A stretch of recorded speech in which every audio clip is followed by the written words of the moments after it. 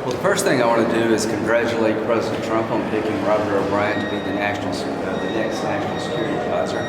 Mr. O'Brien is a great choice. He understands the world from the dangerous place it is. He's got great negotiating skills as our hostage negotiator, and I think he'll be a very sound policy advisor to the President of the United States. And President Trump made a very good choice in Robert O'Brien. As to Iran, I'm hoping that Secretary Pompeo can pull together a coalition that will act in a fashion to change Iran's behavior. I support the idea of working on a regional coalition. I would like to see the president go to the UN and make the case that Iran's behavior is an act of war against Saudi Arabia and must be dealt with firmly. Whether or not the United Nations would respond, I don't know. As to Iran itself, I appreciate the effort of the president to be measured when it came to the drone attack. But the point I'm trying to make is not what I think, it's what the Iranians think. And clearly, they have not gotten the message. This attack on the oil refinery, by any reasonable definition, is an act of war. It is attacking the world economy. It's the stability of the oil markets throughout the world.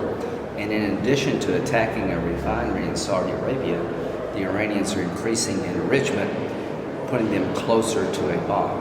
Why does all this matter?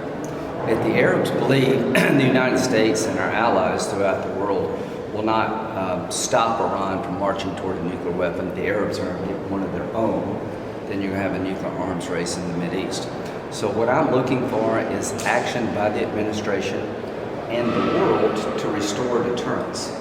Because when it comes to Iran's misbehavior, we have lost deterrence. When you look at the sanctions that President Trump announced, he hasn't really announced details of it, but is that enough of a punishment to deter, in your mind, Iran from future attacks, or do you think that this is also going to be perceived as weakness? Well, the maximum pressure campaign has worked in the sense it's crippled the regime's economy, it's made life difficult for the regime, but it has not changed their behavior. So what I'm looking for is a response to restore deterrence. If you do not deter Iran, they will move forward even more aggressively. Quite frankly, I am shocked they were this bold and brazen after the drone attack. The bottom line with Iran is radical Islam does not accept subtlety well. The only conclusion I think you can reach is that the Iranians, while having been hurt by the maximum pressure campaign, have not been deterred in terms of their provocative behavior. And it's going to take something, I think, beyond sanctions to achieve that deterrence. So you don't think sanctions are enough? In the past, they haven't been. Time will tell. But I am looking for a response that would be unequivocal. If they don't pay a price for bombing a neighbor's oil fields, then all hell is going to break out in the Mideast. I appreciate building a coalition. I think that's smart. I'm not looking for a response immediately, but I am looking for a response that would restore deterrence. And my belief is that additional sanctions will fall short because the sanction regime in place is the toughest we've had in the history of the problem with Iran. I give the president great credit for a maximum pressure campaign that has punished Iran, but the goal is to deter their aggressive behavior, and we're not there yet. Given the president's tweet yesterday about his disagreement with you on sort of how you characterize the drone strike, I'm curious, are you and the president on the same page when it comes to Iran? I like the president. I like the maximum pressure campaign. I like his foreign policy. I think he's been a good commander-in-chief. But I'm trying to make the point, and I've been consistent about this. Iran, once you withdrew from the nuclear deal, which I thought was the right decision, you need to reinforce that we're going to stop Iranian misadventure. And the point I was trying to make, the restraint shown and the measured response, which made sense to me. I'm not the audience, it's the Iranians. And the only conclusion you can gather is that what we did regarding the drone has not worked, because this escalation is beyond what I thought they would even consider. Can you imagine the thought process? After the drone attack, after seizing ships on the high seas, why don't we bomb Saudi Arabia and see what happens? I am convinced it was an Iranian attack. So just think for a moment the thought process that goes into the leadership of Iran when they say, let's put on the table an attack on Saudi Arabia and see what they will do.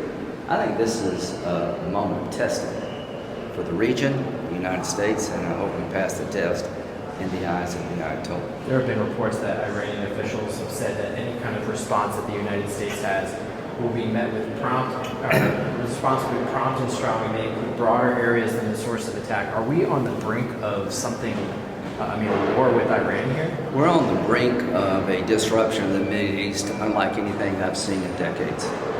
The Iranian ambitions to build a nuclear weapon have not been stopped.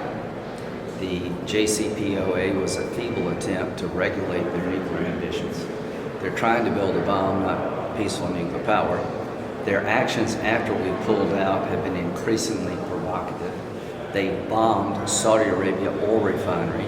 They put the world oil market in flux. And if we do not respond to restore deterrence, only God knows what comes next. Israel can't afford to miscalculate when it comes to Iran. Eventually, the Arabs can't afford to miscalculate. So any threat by Iran has to be taken seriously, but you have to put on the table a response that will deter their future aggression. And if they do want a war, they will lose it. It is clear to me they're not much worried about a war. If you were worried about a war, you wouldn't bomb your neighbor's refineries. So they believe there's no stomach in the region or in the United States to confront their aggressive behavior. And radical Islam, left unattended, we know what happens. We've seen that movie before here at home. When it comes to Iran, the worst is yet to come if we do not act decisively. Giving them a pass on this would be the worst possible signal you could send. And here's what I do believe. If there is an engagement between the United States and Iran, they lose, we win, and they know that. On gun, I want to ask you, what is the latest on the president's thinking, and when will he make a decision on that? Well, Attorney General Barr is trying to put together a package that I think would be a good package. It would have an expanded background check. It wouldn't require a background check for a transfer to family or friends, but it would capture most commercial transactions, I think, in a sound way. I think the White House is very close to agreement on the red flag grant program. So we'll see in the next few days. I'm hoping we can get enough Republican support. I hope the president will come out for a package that would pass overwhelmingly in the Senate. We'll see. What is taking so long? Is that what this is? This process? Yeah, I think it's trying to find a coalition, trying to listen to people and respond to legitimate criticism. I'm okay with the president going slow and trying to find a package on gun legislation that will change behavior, that will produce results, not just a political pat on the back, but actually change things on the ground. And back to Iran, I'm hoping that we will deal with this problem now, because if we give them a pass, the worst is yet to come. Did you watch